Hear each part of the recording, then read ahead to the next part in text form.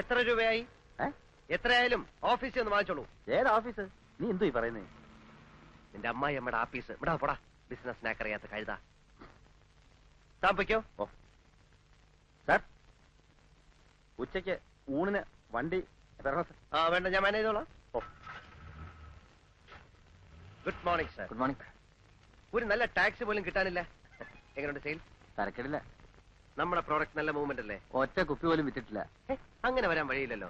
ഈ എറണാകുളത്തൊക്കെ പ്രോട്ടോബി ഭയങ്കര സെയിൽ, കിട്ടാനില്ല. ഈ ഗർഭ ശുശ്രൂഷയ്ക്ക് പറ്റിയ ടോണിക്കാണ്. മിനറൽസ്, പ്രോട്ടീൻസ്, ഹോർമോൺസ്, വൈറ്റമിൻസ് എല്ലാം ഉണ്ടല്ലോ. വെറുതെ പുഴു അടിക്കാതെ ആശാനെ, നെല്ലിക്ക വൈനിൽ ഏതാണ്ട് അരച്ചു കലക്കി ഉണ്ടാക്കുന്ന സാധനമല്ലേ. ഞാൻ അന്നേ പറഞ്ഞതാ ഇതൊന്നും ചെലവാവില്ലെന്ന്. പിന്നെ ചെലവാക്കാം, ഡോക്ടർമാർക്ക് നല്ല കമ്മീഷൻ കൊടുക്കണം. അത് കമ്പനിക്കാർ വിചാരിക്കാൻ നമ്മൾ എന്ത് ചെയ്യാൻ? പറഞ്ഞ് സമ്മതിപ്പിക്കണം. പ്രോവി തേക്കാര് 500 ബോട്ടിലിന് വീതം കമ്മീഷനായിട്ട് ഓരോ വാഷിംഗ് മെഷീനാണ് കൊടുക്കുന്നത്. തന്നെ? ആ, അല്ലാതെ ഇത്രയും ചെറിയ കമ്പനികൾക്കൊന്നും നിലനിൽപ്പില്ല. നിങ്ങൾ ഇവിടെ വെച്ച ബോട്ടിലുകളെല്ലാം തിരിച്ചു കൊണ്ടുപോകണം. എല്ലാം എക്സ്പയറി ഡേറ്റ് ആവാറ്. എക്സ്പയറി ഡേറ്റ് കഴിഞ്ഞ സാധനം ഒന്നും ഇവിടെ വിൽക്കാറില്ലേ? ഇവിടെ expiry date കഴിഞ്ഞൊന്നും വിൽക്കാറില്ല.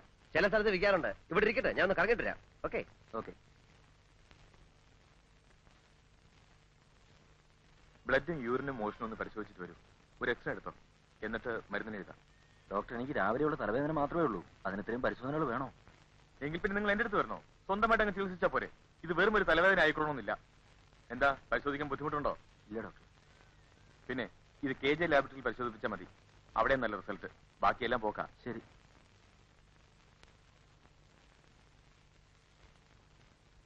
Good afternoon doctor. I am Shivashankar from proto pharmaceuticals. ഇരിക്കും സർ. ഞാൻ മുമ്പൊരിക്കൽ ഡോക്ടറെ വന്ന് കണ്ടിരുന്നു. ഓ, ഞാൻ ഓർക്കുന്നില്ല. ഞങ്ങളുടെ പ്രോട്ടോ ബി ടോണിക് വളരെ എഫക്റ്റീവാണ്. പക്ഷേ ഡോക്ടർ ഒന്നുപോലെ ഇതുവരെ എഴുതിയില്ല. ഇത്തരം ചെറിയ കമ്പനികൾ ഞാൻ എഴുതാറില്ല. ഞങ്ങളുടെ കണ്ടന്റ് എന്താണെന്ന് നോക്കണം ഡോക്ടർ. അതിന്റെ ആവശ്യമില്ല. ടോണിക്കുകളുടെ ബഹളമാണ് ഇവിടെ. പിന്നെ ഈ ടേബിൾ ഫാൻ കണ്ടോ? കണ്ടു. അത് പ്രോവിറ്റേക്കാരുടെ കോംപ്ലിമെന്റ്സ് ആണോ? പിന്നെ ഈ ടേബിൾ കണ്ടോ? കണ്ടു. വിറ്റ ബീറ്റോളുകാരുടെയാണ്. ബ്യൂറോ. മനസ്സിലായി, എനിക്ക് മനസ്സിലായി. ഞങ്ങളുടെ കമ്പനിയും കോംപ്ലിമെന്റ്സ് കൊടുക്കുന്നുണ്ട്. പക്ഷെ എല്ലാവർക്കും ഇല്ല. ഡോക്ടറെ പോലെ നിറയെ പ്രാക്ടീസ് ഉള്ള ആൾക്കാർക്ക് മാത്രം. എന്തൊക്കെയാണ് നിങ്ങളുടെ compliments? 1000 bottle Proto B prescribe ചെയ്താൽ ഒരു ഫ്രിഡ്ജ്, 5000-ന് ഒരു കളർ ടിവിയും ഒരു VCR-ഉം, 10,000-ന് ഒരു ചെറിയ Maruti car. Oh really, that's interesting. എന്താ നിങ്ങളുടെ ടോണിക്കിന്റെ പേര്? Proto B heltonic haemoglobin syrup with vitamin B12 and sorbitol. ഗർഭ ശുശ്രൂഷയ്ക്ക് പ്രോട്ടോ ബി.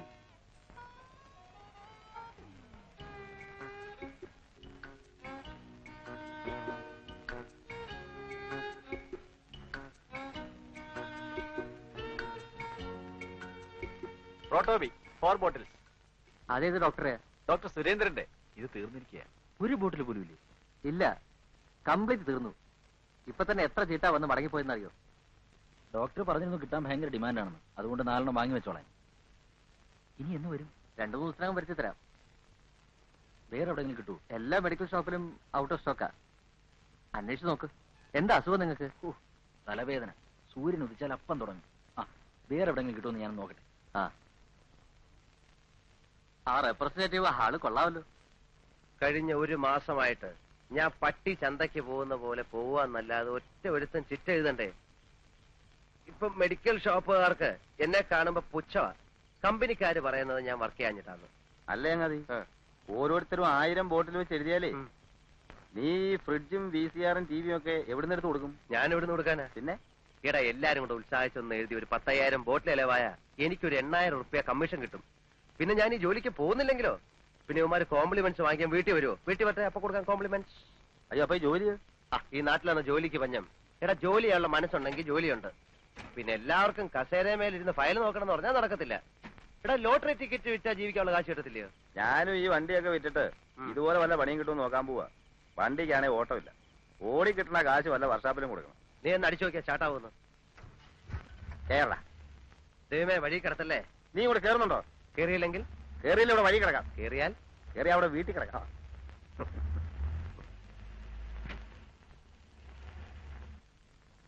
എന്റെ ഏട്ടാ, ഞാൻ പറഞ്ഞ കേക്കണ്ടേ? ഉച്ചയ്ക്കാണെങ്കിൽ കഴിച്ചു എന്ന് വരുത്തി. അയാൾ വന്ന് വഴക്കുണ്ടാക്കണ ഇത് ആദ്യമൊന്നല്ലല്ലോ. എന്റെ കുട്ടി, ഇനി കോടതി കൂടെ കയറാനേ ബാക്കിയുള്ളൂ. അതും അയാൾ കേട്ടു. എന്റെ അമ്മയെ കോടതി എന്ന് പറയുന്ന തല വീഴുന്ന സ്ഥലമൊന്നുമല്ല. അയാൾ കൊണ്ട് കേസ് കൊടുക്കട്ടെ. പിന്നെ അയാളോട് സമാധാനം പറയണ്ടല്ലോ. അമ്മ ആഹാരം കഴിക്കേ. എനിക്ക് വിശപ്പില്ല, ആദ്യം കേറിട്ടാ. പിന്നെ മണ്ണാൻ കേട്ടാ, ഇനി അമ്മ കഴിച്ചിട്ടാ ഞാൻ കഴിക്കുന്നുള്ളൂ. എന്റെ അമ്മ അയാൾ കേസ് കൊടുക്കത്തില്ല. ഞാൻ അയാളെ ചെന്ന് കണ്ട് സമാധാനമായിട്ട് സംസാരിച്ച് തീർത്തോളാം. വഴക്കൊന്നും ഉണ്ടാക്കരുത്. ഇല്ല, നയത്തില് അയാളെ പറഞ്ഞ് മനസ്സിലാക്കി സോപ്പിട്ടങ്ങ് കുളിപ്പിച്ച് കിടത്താം. പോരെ അമ്മ കഴിക്കേ. ചില സമയത്ത് അമ്മയുടെ സ്വഭാവം കൊച്ചു പിള്ളേരെക്കാട്ടിലും കഷ്ടമാണ്.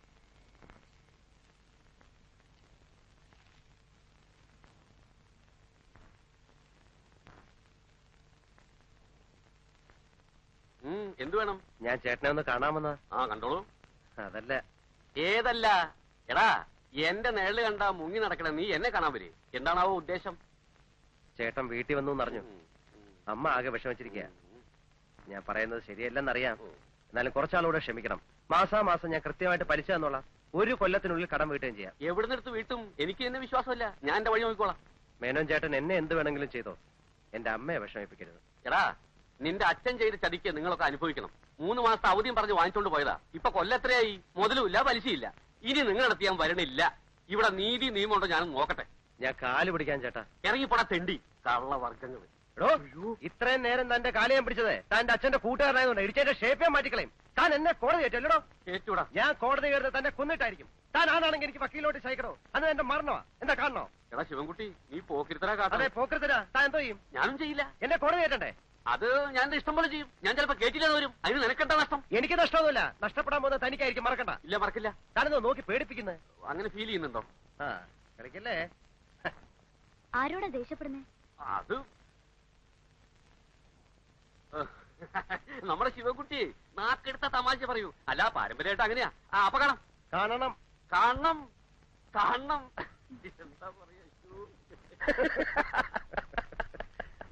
ഇപ്പോഴത്തെ കാലത്ത് ഇത്തിരി പോക്കിരിത്തരമില്ലാതെ ജീവിക്കാൻ പറ്റത്തില്ല.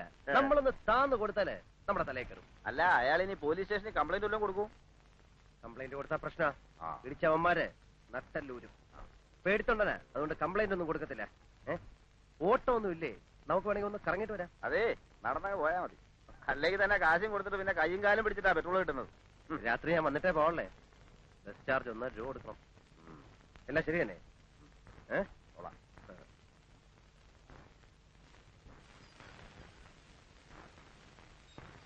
ആ, ശിവൻകുട്ടി വന്നു.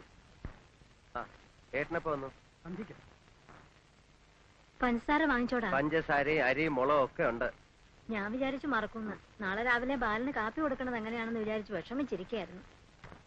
ഏട്ടത്തെയും മോളൊക്കെ സുഖമായിരിക്കുന്നില്ലേ? തോന്നുന്നില്ല. പ്രേമേ, എന്തേട്ടാ? ഏതാടി ഈ സാരി? വല്യേട്ടൻ കൊണ്ടുവന്നതാ. നീ ബാഗ് എടുത്ത് അകത്ത് വയ്ക്ക.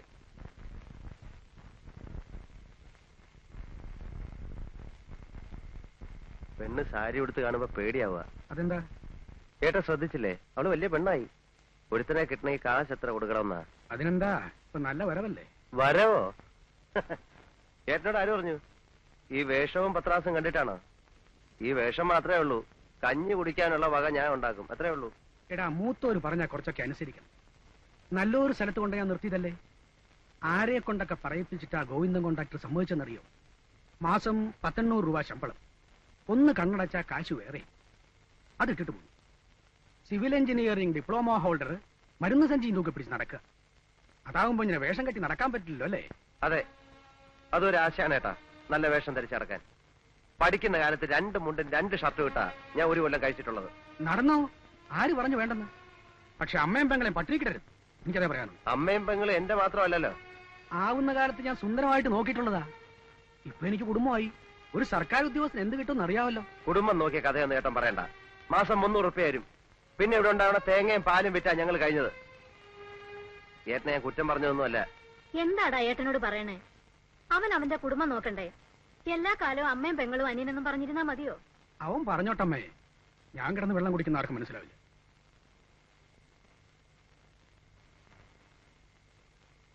ശിവ, ഏട്ടൻ വന്നത് രമയ്ക്ക് ഭാഗം കിട്ടിയ സ്ഥലത്ത് അവൻ പെരപണിയാൻ പോവുക. അപ്പോ നമ്മുടെ പടിഞ്ഞാറെ വേലിയിലടുത്ത് നിൽക്കുന്ന 2 പ്ലാവ് മുറിച്ച ആവശ്യത്തിനുള്ള തടി കിട്ടും. ഞാൻ പറഞ്ഞു മുറിച്ചറുത്ത് കൊണ്ടുപോയിക്കോളാൻ. ആ പ്ലാവ് നിറയെ കായ്ക്കണതാ. എന്റെ വീട്ടിൽ നിന്ന് എന്ത് കൊണ്ടുവന്നു രമയുടെ വീട്ടുകാർ ചോദിച്ചാൽ ഞാൻ എന്ത് മറുപടി പറയും? ഞാൻ ഭാഗമൊന്നും പിരിഞ്ഞിട്ടില്ല. ഏട്ടന് ആവശ്യമുള്ള തടി ഞാൻ അലിയാറുടെ മില്ലിൽ ഏർപ്പാട് ചെയ്ത് തരാം. അതാവുമ്പോ എനിക്ക് കുറേശ്ശെ കൊടുത്തു തീർത്താൽ മതി. നമ്മുടെ തൊടിയിലെ പ്ലാവ് മുറിക്കാൻ മറ്റു പലരുടെ അനുവാദം കൂടി വേണം. ഈ വസ്തുവിന്റെ പണയത്തില് അച്ഛന് കടം കൊടുത്ത പലരുടെ.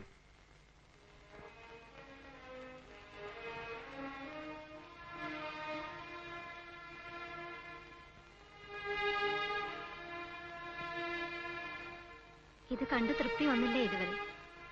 കിടക്ക വിരിച്ചിട്ടുണ്ട്. ഏട്ടൻ കിടന്നോ? അവൻ കടന്നു. പാവം. ഒരു വീട് വെക്കണം എന്നുള്ള മോഹം ഏട്ടനും ഉണ്ടാവും അല്ലേ? പിന്നില്ലാണ്ടിരിക്കുവോ? ഞാൻ പറഞ്ഞതിൽ ഏട്ടന് നീരസമുണ്ടോ? സ്വന്തം വീട്ടിലല്ലാണ്ട് എവിടെ ചെന്നാ ഏട്ടനൊരു സഹായം ചോദിക്കുക? ഞാൻ വെറുതെ പറഞ്ഞതല്ല. അലിയാറുടെ മില്ലിന്ന് ആവശ്യമുള്ള തടി ഞാൻ ഏർപ്പാട് ചെയ്ത് കൊടുക്കാം. പിന്നിപ്പോ എന്റെ മരുന്നിന് നല്ല സെയിൽസാ. കുറച്ച് കാശ് എനിക്ക് കിട്ടും. അത് ഏട്ടന് കൊടുക്കാം അല്ലേ?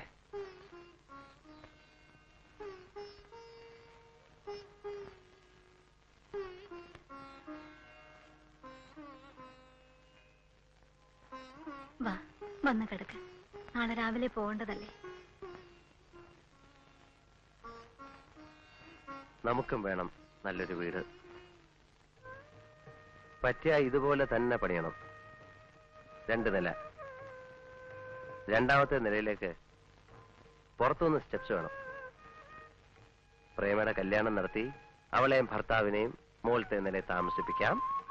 താഴെ ഞാനും അമ്മയും. നമ്മൾ രണ്ടാളും മാത്രം മതിയോ? പോരെ? നീ പറ, മതിയോ? അമ്മയുടെ ഇഷ്ടം.